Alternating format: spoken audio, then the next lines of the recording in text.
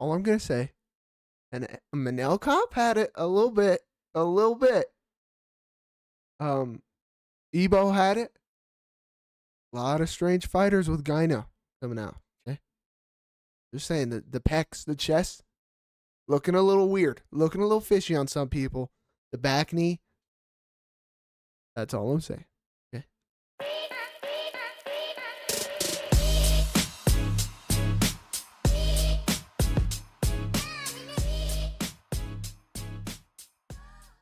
Ladies and gentlemen, welcome back to another episode here on Locked Door MMA. We're your hosts. I'm Brevin. This is my good buddy JP. We are super stoked to be back with you guys for today's episode where we will be breaking down every single fight for UFC 313 at T-Mobile Arena in Las Vegas, Nevada. It will be a banger of a card. But before we dive into it, just want to give a quick shout out to you guys as our viewers, our subscribers, and even our non-subscribers. We appreciate you guys as always. If you aren't subscribed, smack that subscribe button right now. We really appreciate it. It means a lot. Your boys are working hard. So show us some love by getting subscribed to the channel. We would appreciate it. JP, we had a pretty good card last weekend. I know it was fun. We did the watch along, the live stream. It was a lot, but it was a good time. What were your thoughts about that? Oh yeah, I had a great time. 5 hours live streaming. It was a little different than how we normally do it. We sit on our couch and watch it by ourselves, but it was fun, man. Crazy card. I feel like it's a second card this year where on paper you're like, this kind of trash, and then you get to watch it and it performed. I mean, eye poke central, kind of nuts the last 2 weeks, but what are you gonna do, man? He tried to stop the fight like 3 total times, and the first 2 times the eye pokes weren't. First one for sure was a punch. Second one was iffy, and then the third one definitely he got eye poked. But hey, what are you gonna do? Ref didn't see it. It's not like he was winning the fight anyways. Good card. Definitely, we had a good time. But this weekend probably will be an even better time. We have a lot of fights on this card that I'm super excited for. I know you are too. Stacked. Shall we dive into it? Let's freaking do it. I'm so hype about this card, Let's dude. do it. Let's do it. First fight of the night, Chris Gutierrez versus John Castaneda. Now, it's not on DraftKings right now. It's not on ESPN right now, but it is on Tapology. So we believe they're going to throw this one on the card as a last second fight. It's not on there when everything comes to fruition on Saturday. We're sorry, but we're going to break it down either way. John Castaneda taking on Chris Gutierrez.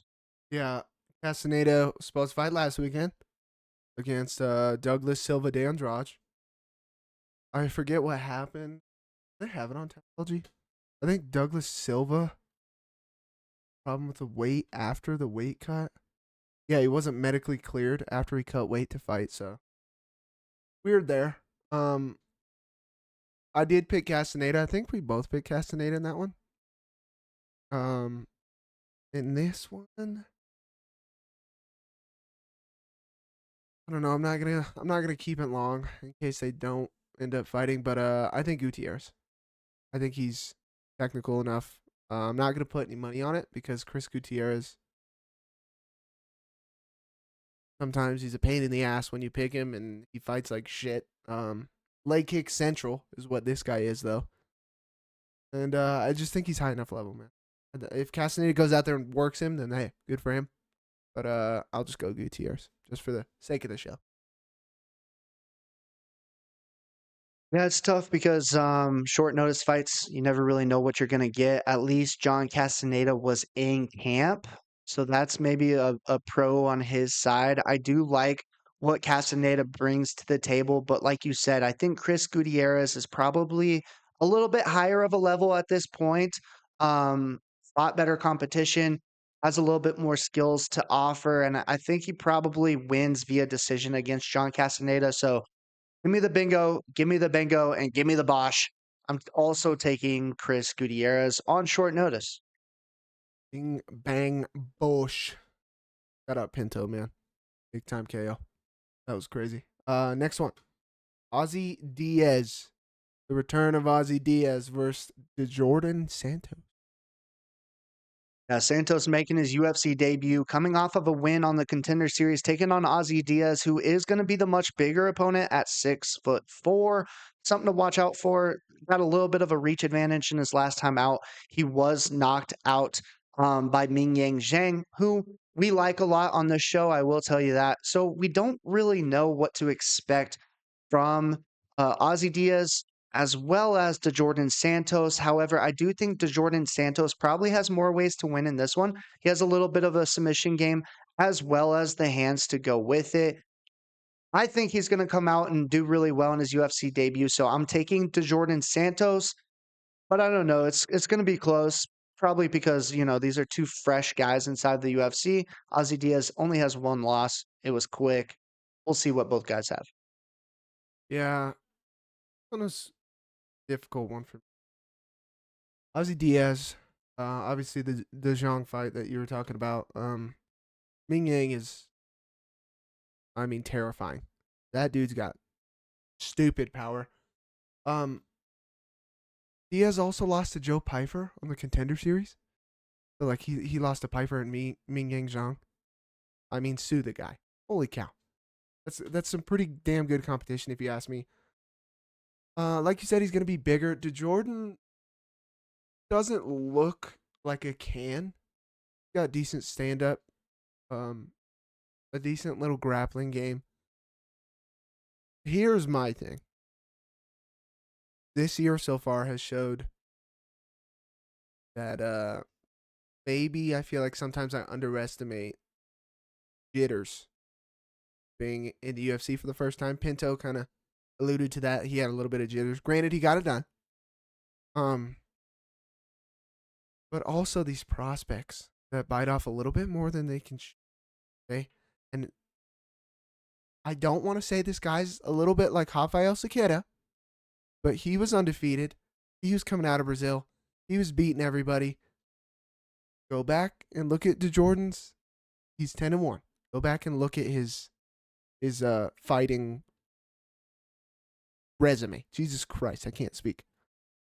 I mean, the dude's fought some cans, brother. The dude has fought some cans.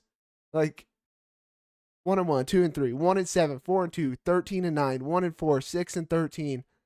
Until then, that guy's 3-0, 8-2, and he won the title there. And then Contender Series 12-3. He was a big underdog in Contender Series as well.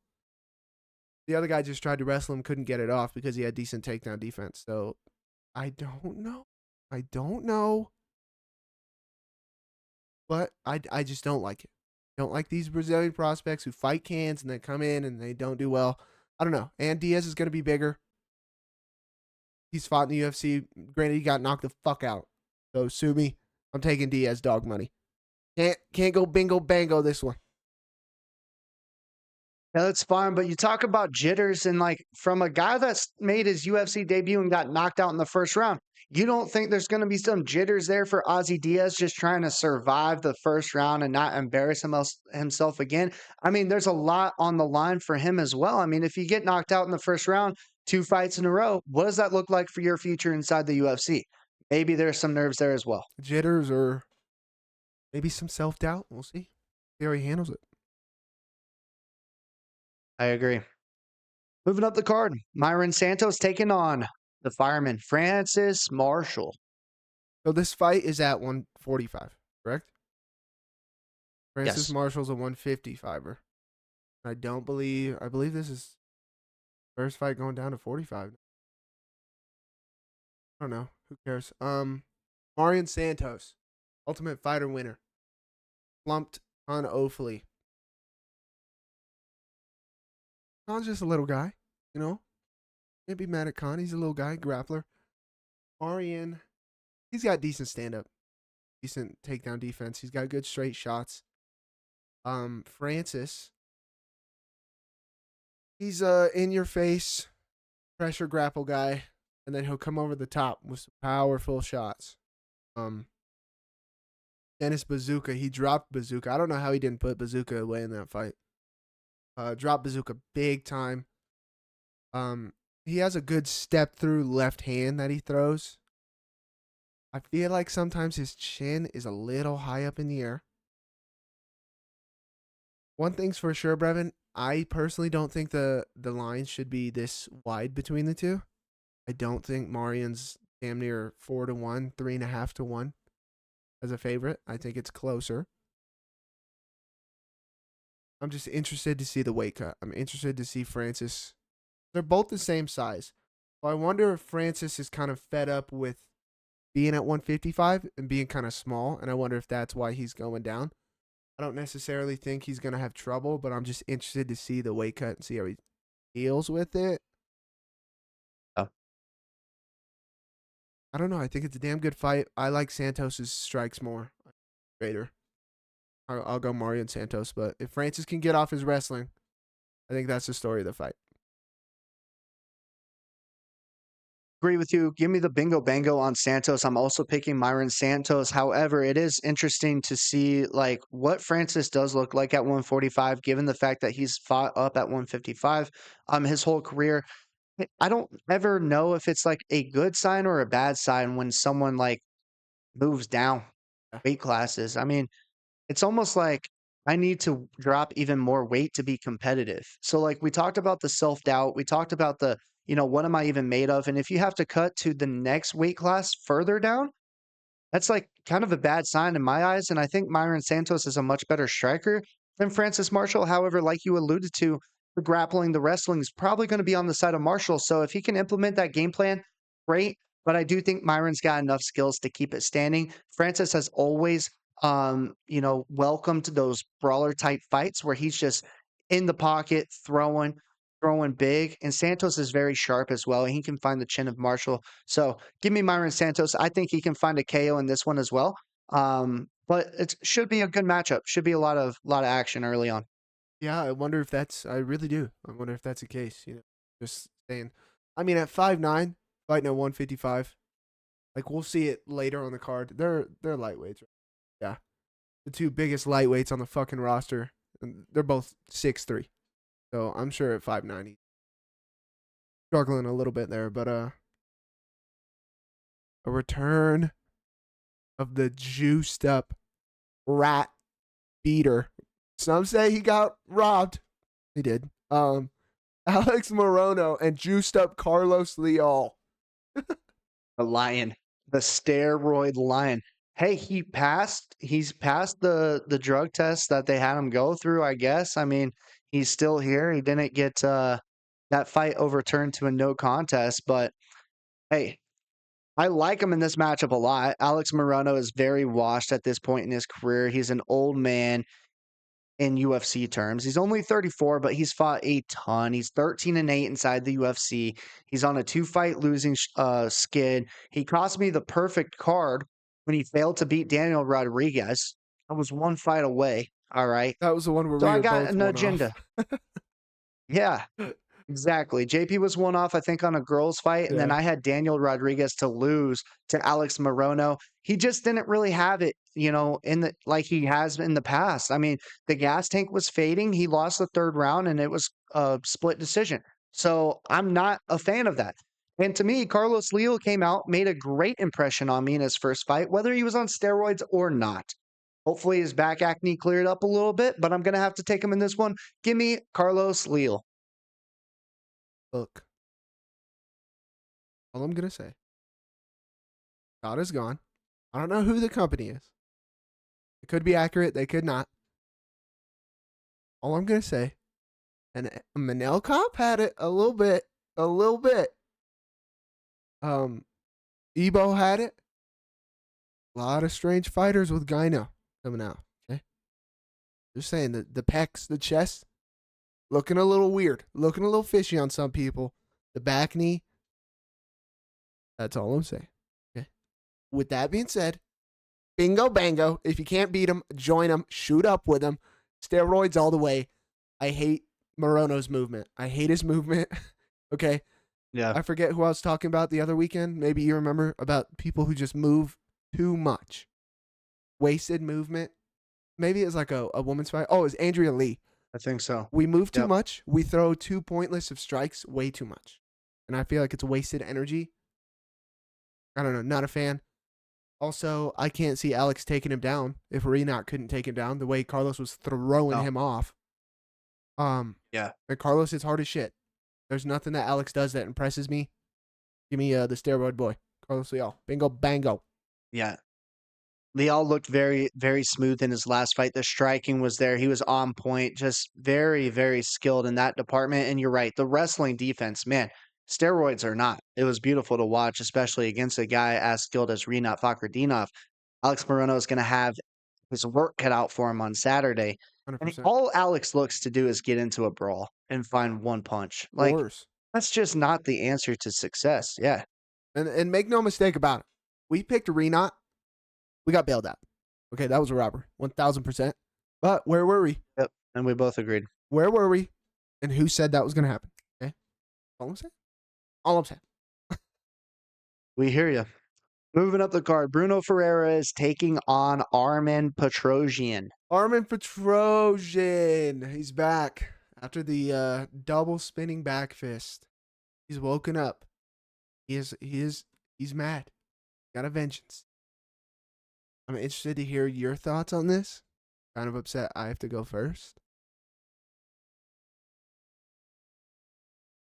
I also have a sneaky suspicion who you're going with, and I don't think you're going to like my pick.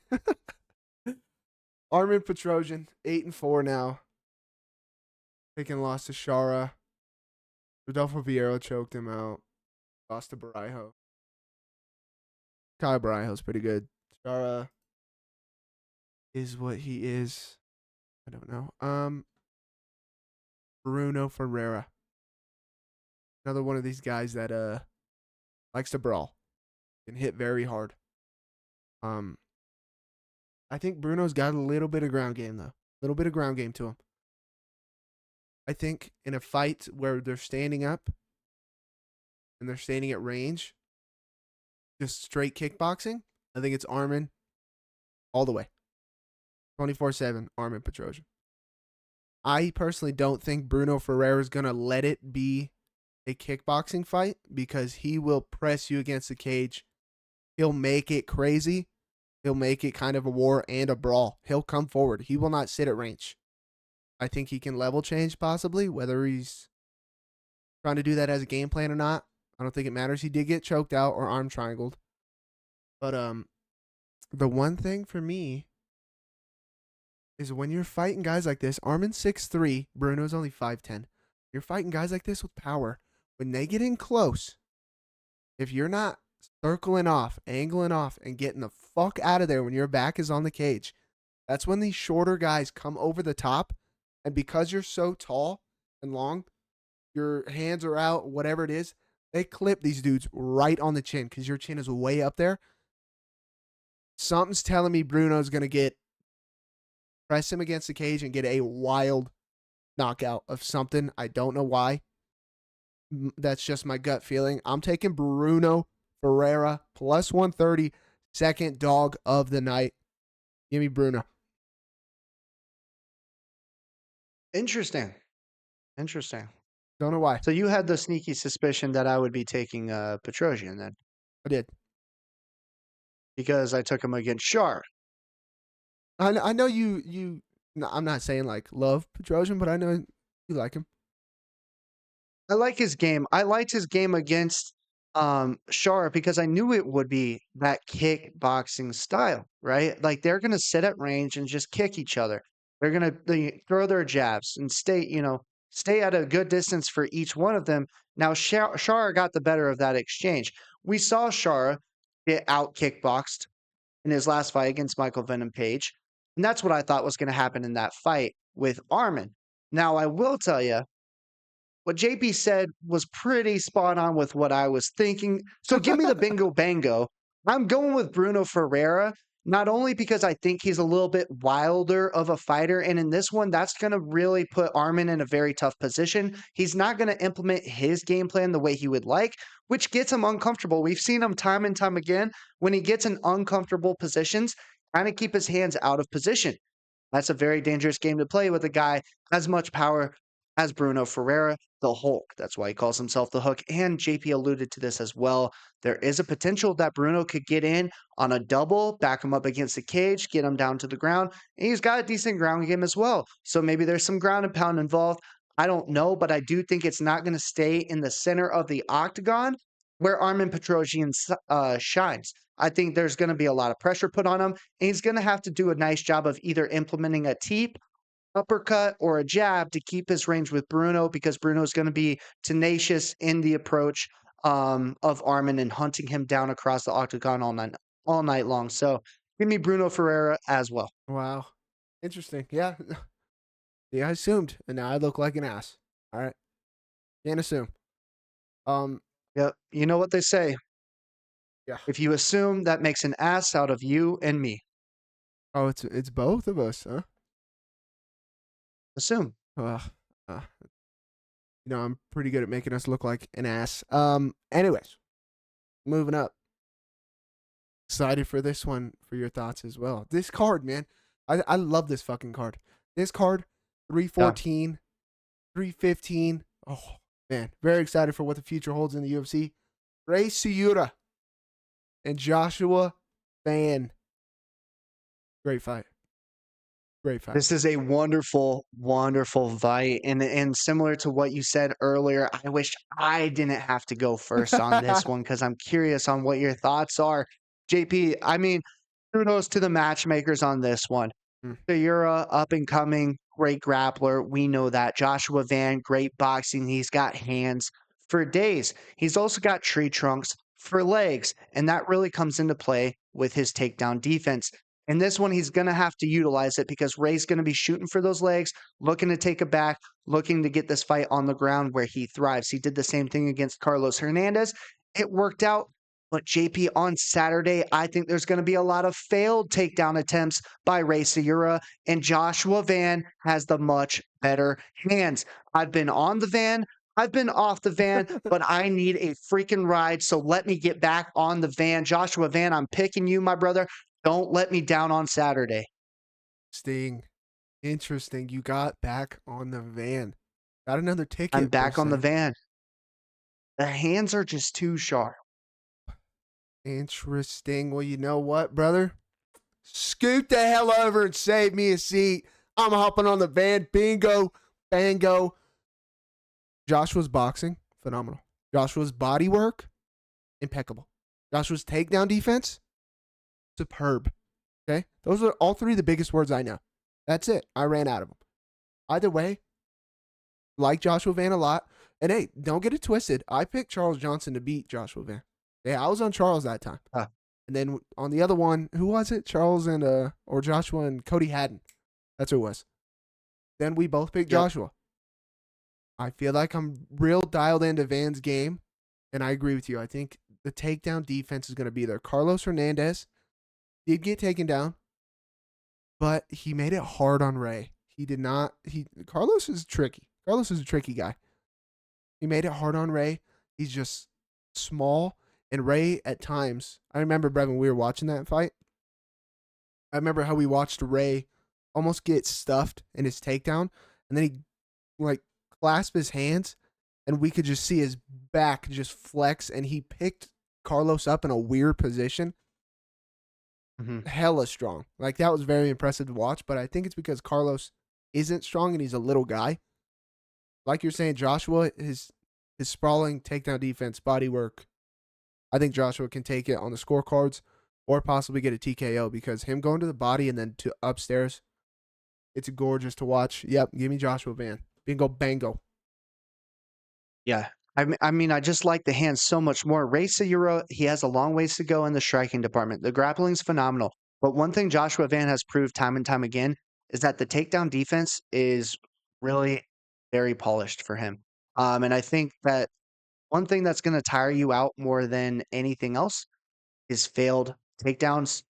That's what I expect to see on Saturday. But I think Joshua Van can get it done. And it'll maybe shock a lot of folks. Failed takedowns and body work. I mean, that's a recipe for exhaustion. And, like I said earlier, these prospects raised 10-0. I think that O's going. I really do. Yeah. All right. Moving up the card. We've got Curtis Razor Blaydes taking on Rizvan Kuniev. Man, Kuniev. Interesting one here. Curtis Blaydes. Hmm. Not the biggest fan of Curtis Blaydes. He can wrestle. What is that? Kind of boring. Boring style. And I feel like if he can't control you and just kind of beat you up on the ground, lay on you, lay and pray, I feel like he doesn't really win much. Now, granted, I did pick Almeida to beat him. I personally think Almeida was a dumbass more than Curtis was, like, just looked phenomenal in that Good fight. in that fight. Yeah, if that makes Yep. sense. This Kuniev guy, he had a decent performance on the Contender Series. I feel like he waited a little too long. We saw that in Pinto. We were saying that with the live stream past weekend. Pinto, maybe he's waiting a little too long. We got to go a little bit sooner than that. Can't be that patient. But Kuniev's got decent takedown defense. You know, he's gonna be the heavier guy. I like his striking way more than I like Curtis's striking. I'll tell you that much. Blaydes is strong though. Blaydes is gonna keep coming. No matter how many times you stuff his takedowns, he'll keep shooting. This one's a tough one for me. This one is a tough. I don't want to be biased and just say fuck Curtis Blaydes. He sucks.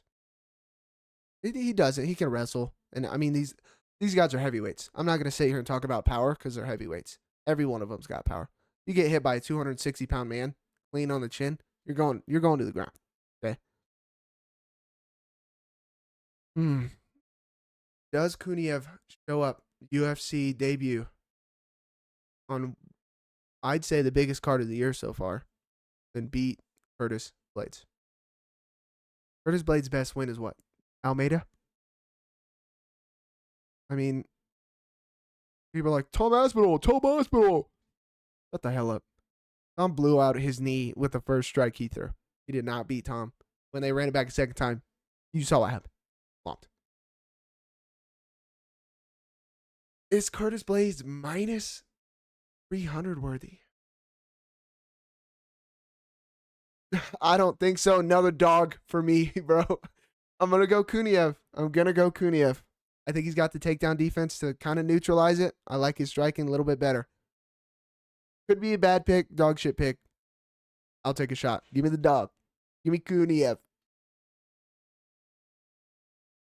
Yeah, I mean, you can get away with that in the heavyweight division. JP, no bango on this one. No bango. I'm Fair. taking Curtis Blaydes. With Kuniev, two things. We want to give Carlos Leal shit.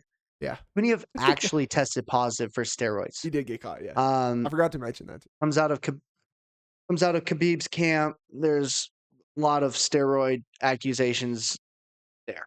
I'm Can't just beat him, saying. join him, I guess. I guess, man. But it's like a win over Renan Ferreira. It's decent. Renan Ferreira, I like him in the PFL. He's probably one of their top heavyweights, outside of Ngannou. But outside of that, dude, I don't really like anything that he's put on paper. You want to talk about Curtis Blaydes and how he just kind of looks to find his wrestling. He's kind of boring. That's exactly what Kuniev is. I mean, they tried to schedule him against Martin Buday. That would have been the boringest bore fest ever.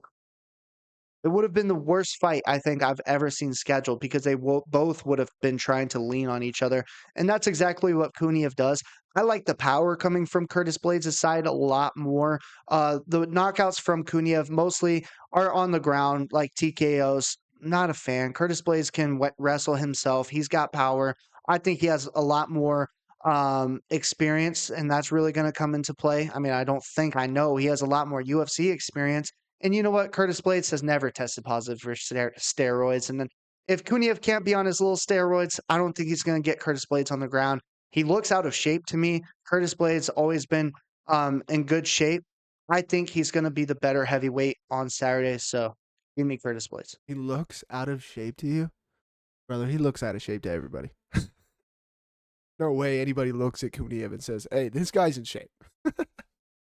Right. So do you think he goes all 3 rounds? Because I don't think he's going to starch Curtis Blaydes. Nah, I think the fight doesn't, whether it's him knocking him out or vice versa. I think somebody's getting stopped. Also, you said if Kuniev can't be on his steroids, because he's not still. I'm just saying. Just saying. Just saying. Call me stupid. Call me whatever. That's fine. Just saying. He can still be on his steroids. Even when he was on his steroids, if you go back and watch those fights, he wasn't doing anything special. And the Henan Ferreira fight, we just saw Francis. I mean, that was a while ago, but Francis knocked him out. And that's the thing, though. He couldn't even get Ferreira down on the ground. Francis did. Ferreira would try to get him on the ground, lose position, slip and fall, and then that's how he was getting taken down. There was no singles, there was no doubles coming from Kuniev. They get in the clinch. Ferreira would actually get the better position, end up tripping him, but then during the trip, he would slip. Like, it was very awkward. Nothing special from Kuniev. Yeah, I feel like he might have more of like a defensive first grappling style, but we'll see, man. We'll see. We will have to see. All right, moving up the card, we've got King Green taking on Mauricio Ruffy. Woo-wee! I'm not fucking calling him King Green. I not doing it. Trash. Weirdo. How about you stop changing your name and learn how to win a fight? Oh, but he beat Jim Miller. I'll bet. Okay, boy. Okay. Jim Miller, 40-year-old Jim Miller. Have fun with that. Yeah, I'm pissed. For a certain reason you guys will see later in the show. Love Mauricio. What else is there to say? Dude's disgusting. Mauricio Ruffy is disgusting. Also, I mean, I don't have the tape. Fighting nerds. Fighting fucking nerds. Stand up. Mauricio Ruffy all the way. Bobby Green's hands way too low the whole time. He's getting slumped. Fighting nerds, stand up, okay? Mauricio Ruffy. Now, here's the question. Do you think Ruffy takes him down to the ground?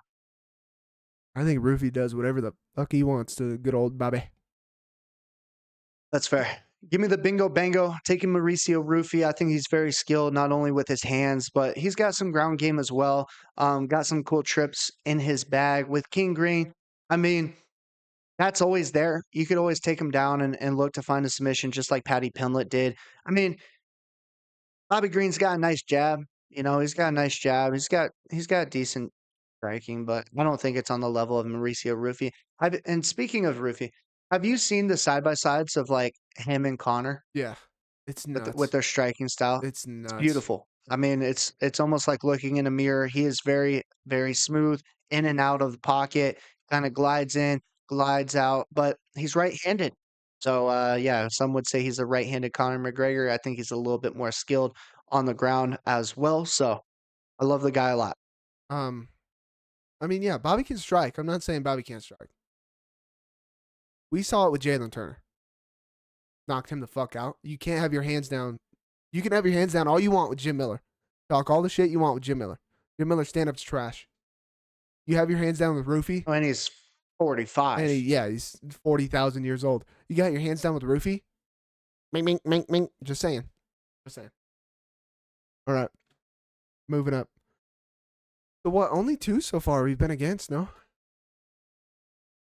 Yeah, I think so. Not bad. I thought it was going to be much worse. We'll see with these last 4. Next one, Amanda Lemos and Yasmin Lucindo. Yeah, Lucindo kind of working her way up. She's the much younger fighter. Wow, is that 14 years? By 14 years, holy smokes. Here's the thing with Lemos, JP.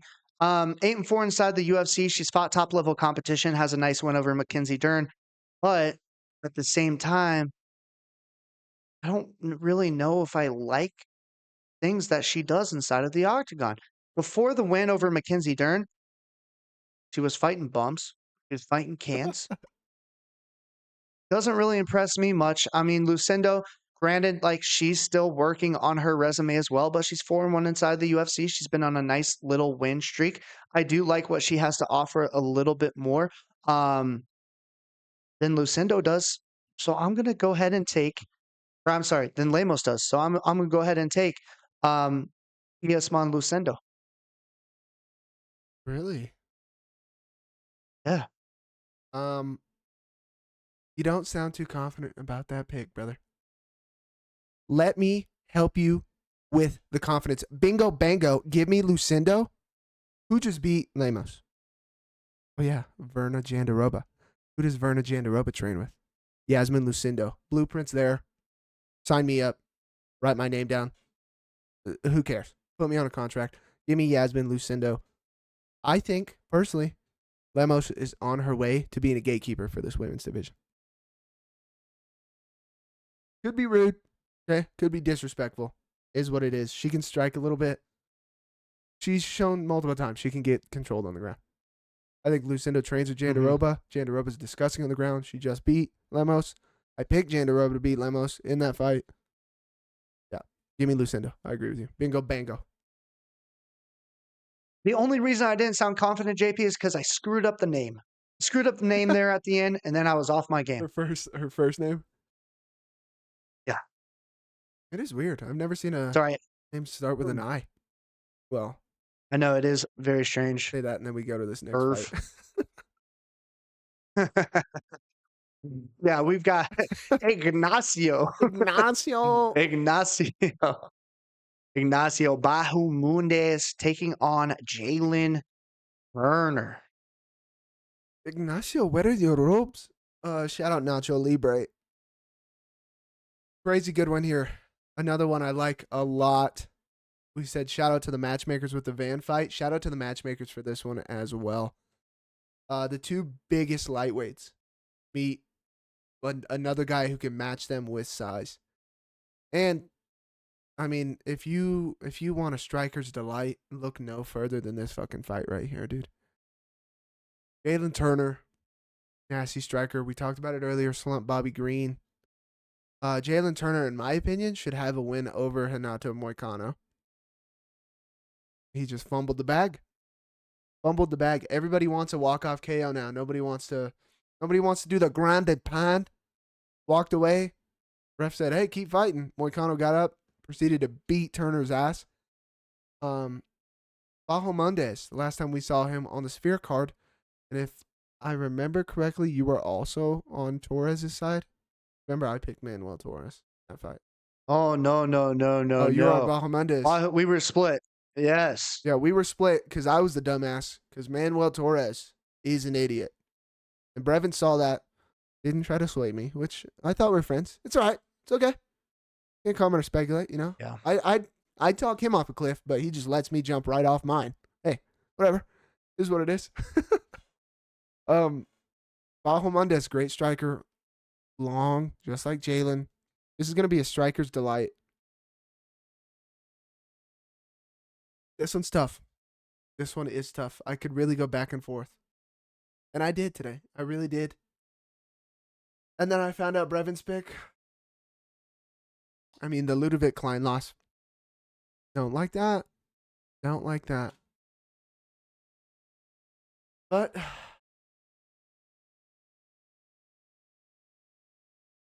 I don't know. I'll back you. Which I'm spoiler. I'm giving away his pick, but give me Bahamondes, man. The younger fighter.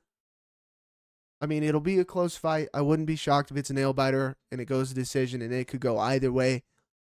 People probably scream robbery either way again, just like they did last weekend. But yeah, give me Bahamondes. Right now he's a favorite. We'll see if it switches, but give me the younger guy. Yeah, man. This one is tough, JP, and I know I alluded to it before we started the show.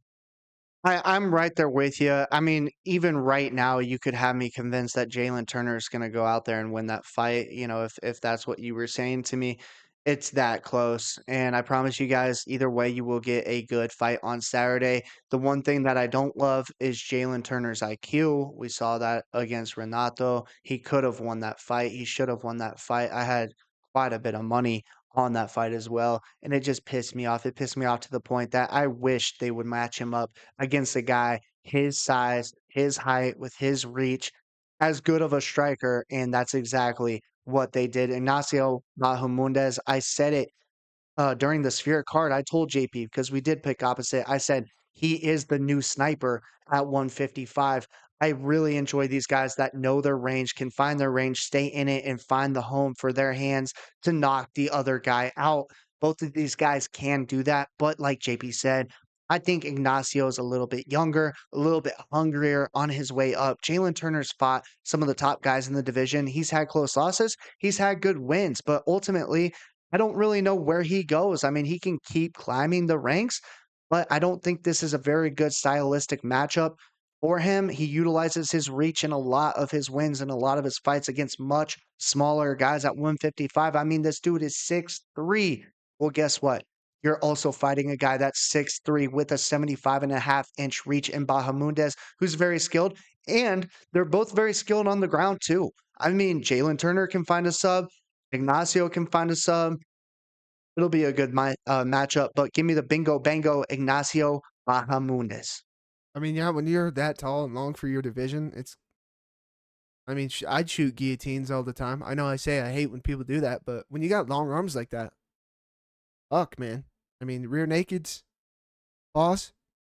Um, yeah. And there's only one other guy in this division that's their size. That is Joel fucking Alvarez. My guy. The beast himself. We'll see next time he fights. Spoiler, plot twist. Every time we watch Joel Alvarez, I promise you, me or Brevin will lock him. And that's not a joke. That is literally not a joke. This next one. Kind of sad. Also happy at the replacement. Happy it wasn't a couple of these other bums, but very sad about the original bout getting canceled. Justin Gaethje, Rafael Fiziev. Yeah, excited for this one. I mean, we've seen this fight before. It was a very entertaining fight the first time around. The one thing to keep note of is Fiziev's coming in on short notice. I don't love that for him. We also got him placed as the favorite. Don't really know why. I mean, they're both coming off of losses. Fiziev's last fight was a loss to Matsrut Gamrot, and before that was the Justin Gaethje loss. And now, guess what? He's fighting Justin Gaethje again on short notice. Why is he the favorite? It's me. I'm taking Justin Gaethje. I think he's got better hands. Yeah, he's coming off his loss to Max Holloway. But it was what it was, man. It was a great fight. Max Holloway is Max Holloway. And I don't care that he got knocked out. I don't think he's now going to be chinny all of a sudden.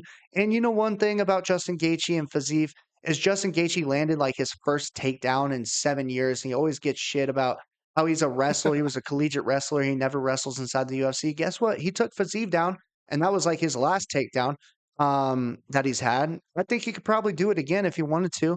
Maybe look for this fight to look a little bit different. Maybe come out with a different game plan. I mean, Fiziev was walking him down, landing his shots, but Justin was staying at range and finding his shots as well. It should be a good fight. I just don't see the reason why Fiziev should win, especially coming off a short notice replacement. So give me Justin Gaethje. Um, this one was close in the first fight.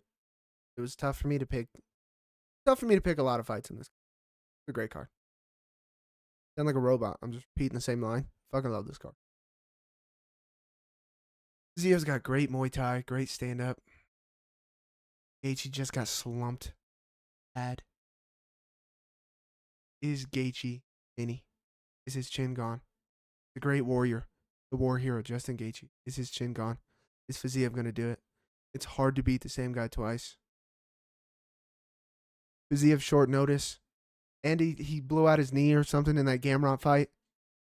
And then before that, got beat by Gaethje. Gaethje took him down. All this shit. Is Gaethje chinny? If he is, he is. I got to see it. Gaethje's a fucking dog. He showed me that in that Dustin Poirier fight where he slumped him with a fucking head kick. Gaethje's that dude. He can just sit there and paw you and still just bat. Or he can decapitate you with his power. I think he rides off into the sunset. Beating Fiziev again, short notice, coming off a knee injury. Give me Justin Gaethje. Bingo, bango. Dog money, baby. Yeah, dog money. We'll take it all day long. All right. The moment y'all been waiting for. It's time. The main event of the evening. We've got Alex Boatan Pereira Gama taking on Magomed Ankalaev. Ooh. I'll tell you what. When Connor used to have his big fights and walk out, I would get like nervous, get like antsy. I'd start getting goosebumps. I feel like I'm gonna get that way when these two walk out on Saturday night. Very, very hyped for this fight. Jama no Jama. Oh, man. Couple things. Start with Poatan. Stupid power. Obnoxiously good striking. Everybody knows this. Roundtree did drop him. He was, he's off balance. He got clipped. Not saying it was huge. He got clipped. Adesanya slumped him. I don't give a fuck that y'all hate Adesanya. It's a popular thing to hate Adesanya in the internet. Y'all didn't hate him back then when he was doing that shit to people. Okay? Adesanya was good. He's a Hall of Famer for sure. Pereira can get caught. His offense for striking is obnoxious, and it's probably one of the best I've ever seen. His defense is not. He's got decent defense. He can slip a little bit and rip. He can get caught, though. His hands are down sometimes. He relies on his head moving a lot. Ankalaev has power. Ankalaev can clip him in the red zone, when we're in close. Okay? Ankalaev's got good little combos in there. I'd be shocked. Ankalaev, there's a world where Ankalaev knocks Alex Pereira the fuck out. Ankalaev does has the wrestling in the back pocket. Does he use it? Not really. He did take down Blachowicz. Went to a draw with Blachowicz. Blachowicz was able to take down Pereira. We'll see how far Pereira's ground game has come if that does happen. There is a world where Ankalaev wins it. Ramadan is also a factor, I feel like. It is going to be Ramadan. Ankalaev's going to have to be fasting, all this. Fasting. Tough fight, man. Tough fight to pick for me. But when you love somebody this much, call it a bias pick, call it whatever you want. When you live and die this much by this sword and shield, striking, standing up, knocking people the fuck out in the fashion that Alex Pereira does, quite literally, you live and die by it. Just like in basketball, when your whole game is threes, going to be nights where you get murdered because you can't hit any threes. Is what it is. I'm sticking with it. Give me Shama Poatan, Alex Pereira to retain. And I'll say this. If he beats Ankalaev, very intrigued to see who they give him next. Put him in the GOAT conversation. Shama. Man. Man, oh man, oh man. Yeah, I mean, you would think they'd take a look at Johnny Bones. I mean, he's Take a ducking look Tom. at they take a look at Alex moving up, fighting Tom. That would be very, very interesting. However, that's not the fight we have on Saturday. On Saturday, we've got Chama taking on the Mountain Man, Ankalaev. Man, JP, I'm so excited for this one. You talked about the chills, the nerves. This is one of those fights for me. I will be watching the TV with the most intent. All phones will be put down. Nobody will be speaking to me when these two are walking out to the octagon to go to war. It's one of those fights. It is one of those fights. Obviously, Pereira captivates the audience and the viewers at home with his walkouts, the screaming, the bow and arrow, all that. I love it. Stylistically in this matchup, I do think Alex is a better striker. I think he holds more power than Ankalaev. The leg kicks we've seen give Ankalaev a problem in the past. We saw that in the Blachowicz fight. Ankalaev went to the wrestling late, was able to squeak out a draw, but he was very compromised on the lead leg. He had to switch stances quite a bit. He needs to address those leg kicks if he's going to find success on Saturday. And then, yeah, we talked about the wrestling. I've always been kind of hard on Ankalaev because the wrestling hasn't been a priority. It's been more of a defense mechanism and something he's kept in the back pocket if need be. We saw that in the Blachowicz fight. I think he needs to go out there and probably implement that early to find success and also avoid some of the punishment coming back his way, especially with the leg kicks that I mentioned before. there's a couple other things. You talked about Ramadan. Um, I've been following Twitter very closely. Ankalaev is very confident. He's been putting a lot of things out there on Twitter about Poatan staying in Australia. He was in Australia for a very long time. He didn't come back to the States for a very long time. He's partying, making TikToks, doing all kinds of stuff. It was announced that he was going to be on the cover of UFC 6. Is there a UFC cover curse? I don't know. Some people are talking about that. Drake is putting a large sum of money on Alex Pereira, so he's going to have to fight through the Drake curse as well.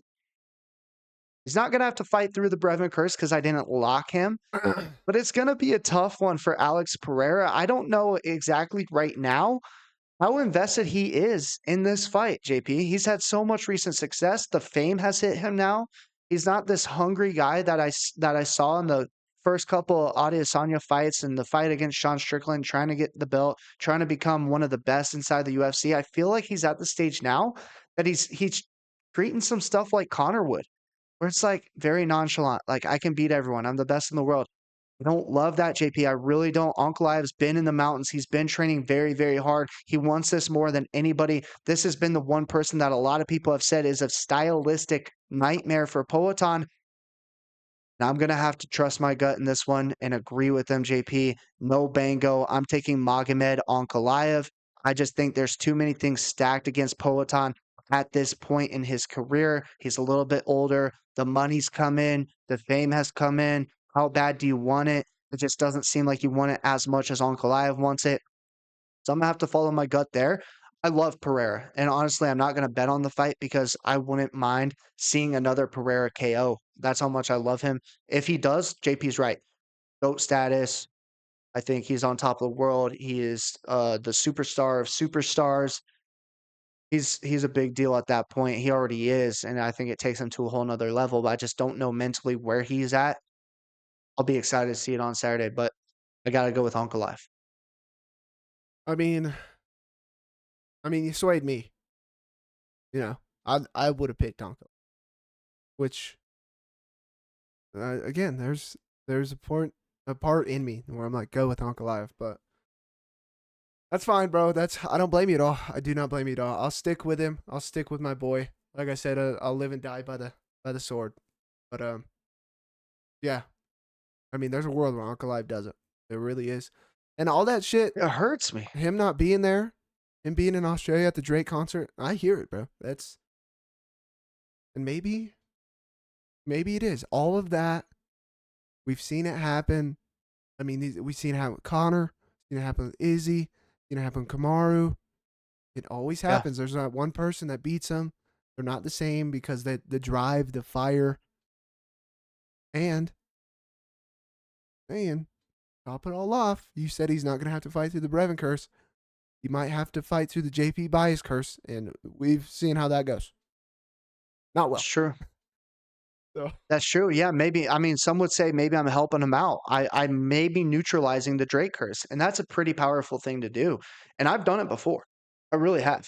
Maybe So, Brevin's I taking mean, one we for the will team. see.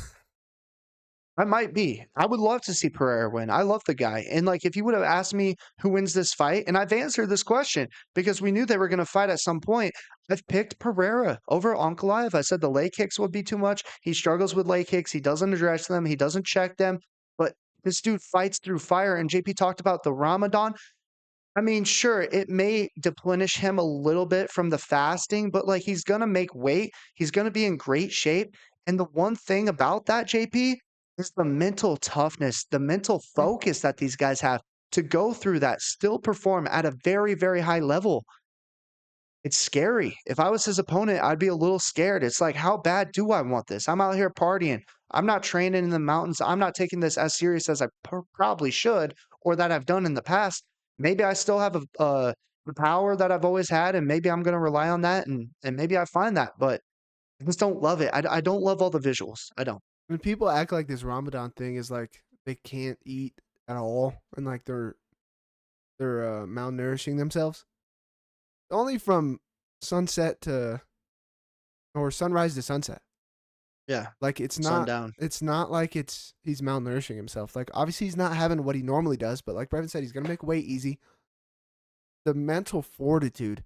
At some point, I don't know if you guys have ever fasted before. At some point, once you get past the initial, this is shit, this is terrible, I'm hungry, you feel fucking great. Yeah. I'm sure this dude, it makes him kind of feel like a superhero. Oh my God. I'm starting to sway Well, and the myself. mental toughness. I mean, he goes through and I know it's not equivalent to fighting, but it is a mental fight. I've fasted before. I'm sure JP has had to fast before. Like you are mentally fighting Mhm. at all points of the day. And like so when he's in a tough moment for those things, he knows he can get through it. When he's getting punched in the face by Alex Pereira, I feel like the mental toughness is there. He's not a quitter. He's going to fight through the fire. He's going to get through whatever comes at him. And I just feel like at the end of it, he wants it more. Yeah, man, I don't blame you. I mean, we got to move on or else I'm going to change my We'll pick. talk about it forever. Swaying myself. Is what it is. Is what it is, man. If I lose it, I lose it. Fine. Pereira's one of those guys I'm just sticking with. Fair enough. All right, that does it for the card. That doesn't do it for the show. Don't go anywhere. We have your show parlays coming your way for free every single week, as always, starting with Locked Door MMA's Lock of the Night. JP, who are you going with? You have kept it a secret from me. Yeah. I don't believe I know. Yeah. First time ever. Brevin, I know Brevin's locked. I'm sure everybody knows who we were going to lock. One of them. Yeah, first time ever. Who am I going with? You know, Brevin, we always talked about going to UFC fight. Huh? How cool would that be? It'd be pretty damn cool, huh? Would we go just me and you? Or would we go with a couple people? Yeah? Get a little fun event. Bring a couple people. Bring the wife, bring the girlfriend. Can't bring the dogs. We would if we could. Can't bring the dogs. Maybe bring a couple friends. You know. But boy, would we struggle with our small cars getting everybody to get into the fight. Ed. You just got to be just me and you. Well, it could be just me and you still. And we could still take a big old van to the fight. Give me Joshua Van. Lock him up. Take down defense. Body work. Raise O has got to go. Give me Joshua Van, brother. Let's go. We got to make a t-shirt. Raise O has got to go. I love to hear it. We're taking the van to Vegas, baby. Just one last time. And for my lock, you guys know we can't not lock this individual. Fighting nerds, stand up. Give me Mauricio Ruffy to get it done over King Green. He's younger, he's more skilled, got the better striking, got the better grappling. He should be able to get it done on Saturday. If you guys are All right. shocked, don't know why. We love Mauricio Ruffy. Fighting nerds, baby. Yes, we do. Now for Brevin's Basic. Let's start with my lock, Mauricio Ruffy, to get it done. Next up, I had to include Mr. Steroids himself, Carlos Leal, to get it done. And finally, JP may not like this one. I'm throwing in the Razor Blade. Give me Curtis Blaydes to find a win on Saturday. Right now, that puts you at minus 120, close to plus money. And hell, those lines may move a little bit in your favor, I think, especially like the Carlos Leal fight could get you to plus money there. So those are my three picks. Now it's time for my favorite part of the show. The Juiced Up JP's Juicer. What you got for us? Juiced up JP's Juicer. Brevin, I told you before the show I had a couple surprises. One of them was a lock because he didn't know who the lock was. The other one, I've been telling you guys how much I love this card all fucking night. Said what better thing to do? And I've been saying, hey, live by the sword, die by the sword. We're living by the juice and dying by the fucking juice this weekend. 313 and we're going fucking big. 8-leg juicer for you guys. And it's fucking juiced. Oh boy, is it juiced. To let's start go. off, give me Ozzy Diaz. To Jordan. We'll see if he's Rafael Sequeira type. Throw Ozzy Diaz in their bigger guy. Ozzy Diaz to lead it off. Second one, dog money. And me and Brevin both picked him, which was surprising. Morono Ferreira. Throw him in there. I think he beats Petrosyan. I think he knocks him out. Next one, had to do it. Had to throw my lock in. Joshua van, because we're all going in the van together to go watch this shit because it's popping off. Next one. Brevin threw in razor blades in his parlay. I'm throwing in the other steroid boy in my parlay. Throw in Kuniev, okay? Next one. Close fight. I think the other girl's a gatekeeper. Yasmin Lucindo.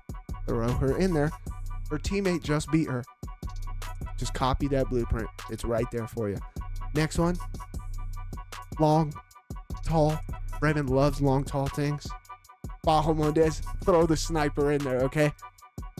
The last two, I'm sure you guys can guess who they are. Dog money Gaethje.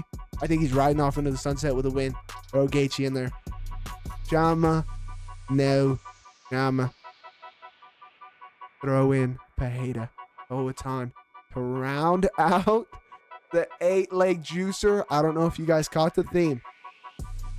They're either my dogs or close money lines. All 8 picks. These are my 8 riskiest. Call them risky. Call them dog money. Best value picks. It's fucking juiced. These 8 legs is getting you to plus 42,000 right now. Hey, if this hits, this is fucking legendary, man. This is what these cards are made for. Man, I'm juiced up. I'm excited for it. And I don't care if I shit the bed this card with picks. I think this card is going to be phenomenal. Man, this has got me hyped. This has really got me hyped, brother. This is going to be a great weekend. Plus 42K. That's what, 420 off $1? I'm paying someone's mortgage. Maybe not. Maybe if you got a good interest rate. Might put 1,000 on that bad boy. Macaroons. Throw a band on it. Macaroons. Ladies and gentlemen, if you made it this far, make sure to hit the subscribe button. Make sure to get your screenshots of the parlays here. They've been hitting. They've been close to hitting at least, if they ain't been hitting. And a lot of them been hitting. So, not my lock, but the basics been hitting. JP's juice has been juicing lately. It's been getting you close. You can hedge it a little bit too. There's nothing wrong with a little hedge. Yeah. Right? Hey, if you wanna cut the juicer in half any of these weeks, do you, man? Do you? Yeah. Okay, the juicer is the juicer for a reason. It's a long shot for a reason. Having some fun with it. But don't be mad when the plus 42K hits and you didn't play it. That's all I'm saying. That's right. Yeah. We've seen crazier things happen. We appreciate you guys. I hope you guys are ready for a great pay-per-view because we are. Like the video, leave a comment, let us know your thoughts. Let us know who you think is going to win in this main event because we could probably talk about it for hours. We really could. True. We appreciate you. JP, I'll hand it over to you. Woo! I won't say it again. You guys know my feelings already. Yep.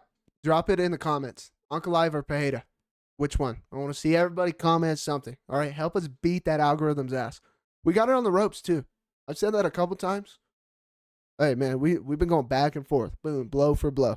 You could say our IQ's trash because sometimes the algorithm lands a good right hand in there, but stay poised. Okay, stay calm. Go back to the corner. Corner gives us good advice. But we're good. Everybody who tuned into the Fight Companion, appreciate y'all. We will do another one soon. Couldn't do it for this one because we're just too hyped watching it with people. I mean, these pay-per-views, it's hard to do Fight Companion because oh my goodness, these pay-per-views are so entertaining. Ladies and gentlemen, thank you for sticking around. As always, it was a pleasure. Bingo, bango, baby. Hey.